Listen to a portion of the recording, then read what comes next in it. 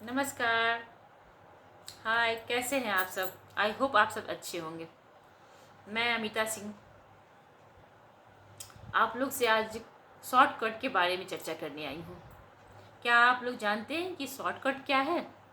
Shortcut सभी ने जानते हैं और सब कोई चाहते हैं कि शॉर्टकट के माध्यम से हम बहुत कुछ पा लें, पर ऐसा नहीं है। हम शॉर्टकट के माध्यम से पा तो लेते हैं, पर क्या वो उतना अच्छा हो पाता है वो काम? जिस काम में हम ज़्यादा मेहनत करते हैं और जिस काम में हम मेहनत नहीं करते हैं और शॉर्टकट करते हैं, क्या वो दोनों बराबर हैं? आप बताइएगा ये सोच के हमें। तब तक मैं शॉर्टकट के बारे में बात कर लेती हूँ। एक राजा थे। एक कहानी के माध्यम से मैं आपको समझाना चाहती हूँ कि ऐसे आप लोग को समझ भी आ जाएगी जैसे मुझे समझ आ गई है। तो एक राजा थे। राजा अपने सलाहकार को बुलाते हैं और बोलते हैं कि आप लोग इतिहास के बारे में कुछ ऐसा करें, कुछ ऐसा लिखें ताकि हमारे जो अगली पीढ़ी हो वो पढ़ के कुछ समझ सके और जान सके। तो सलाहकार बेचारे बहुत मेहनत करते, कड़ी मेहनत करके वो बहुत सारी किताबें लिख डालते हैं हमारे इतिहास के बारे में और फिर राजा के पास पेश करते हैं। राजा उन्हें बोलते हैं कि नहीं नहीं पाप, ये तो बहुत ज़्यादा हो गया, आप कुछ ऐसा करें, इससे भी इसे कम करें, ये बहुत ज़्यादा हो गया। सलाहकार बेचारे बोलते हैं ठीक है सर। मैं ऐसा राजा से बोलते हैं कि ठीक है, मैं फिर देखता हूँ। और वो बेचारे चले जाते हैं और फिर कड़ी मेहनत करके उसमें से अच्छी अच्छी घटनाओं को छांट के फिर 3-4 पुस्तक लिखते हैं। 3-4 पुस्तक लिखने के बाद फिर राजा के सामने ला के पेश करते हैं। तो राजा जब देखते हैं कि 3-4 पुस्तक है, ये बोले ना, ये भी ठीक नहीं है, आप कुछ और करें।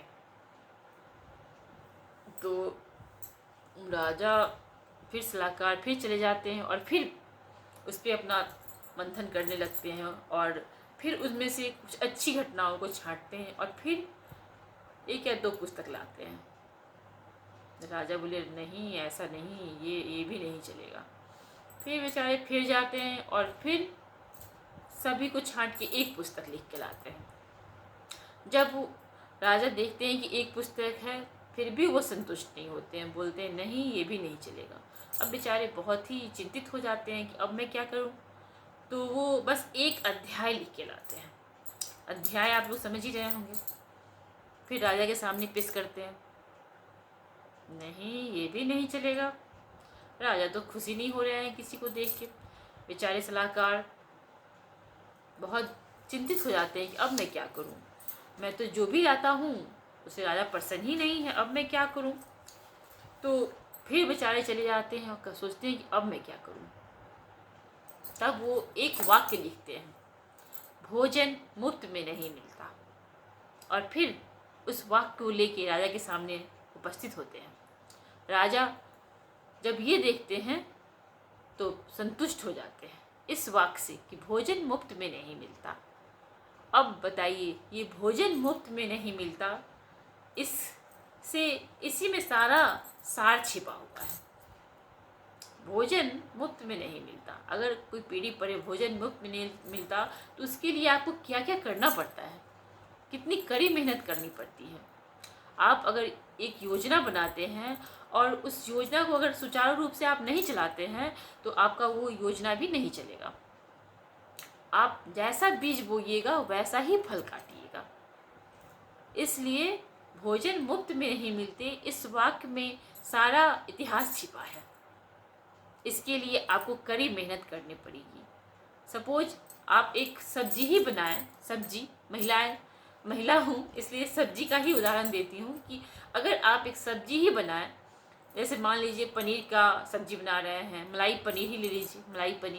मलाई पनीर में क्या क्या पड़ता है आपको तो पता ही है। दूध हो, मलाई हो, फिर गरम मसाला, जितने सारे मसाले होते हैं सारे। अगर इसमें हम मलाई ही ना डालें, दूध ही ना डालें, तो क्या हमारा मलाई पनीर अच्छा बनेगा? आप बताएं, नहीं बनेगा। उसके लिए हमें सामान के साथ साथ कड़ी मेहनत भी करनी पड़ेगी, तब हमारा वो एक सब्जी अच्छे से बन पाएगा। हर सामग्री होने के साथ साथ अगर हम कुछ डालना है अभी फ़ौरन तो हम डाल दे पनीर, तो क्या उससे हमारा सब्जी अच्छा बन पाएगा? नहीं बन पाएगा। उसके लिए हमें सुचारू रूप से सब्जी को बनाना, हमें सारा सामग्री इकट्ठा करना होगा और फिर कब क्या डलाएगा उस पर विशेष ख्याल रखना होगा। वैसा ही है ये लाइफ, हम कड़ी मेहनत करके ही अपने मुकाम को हासिल कर सकते हैं। शॉर्टकट के चक्कर में ना पड़े और जो भी करे कड़ी मेहनत से करे, मेहनत रंग लाएगी। भगवान घर में देर है अंधेर नहीं, आपने मेहनत की है तो आपको सबको सफलता जरूर मिलेगी। कहिए कैसा लगा मेरा ये स्पीच, और आप लोग से फिर मिलती हूँ। Bye, thank you.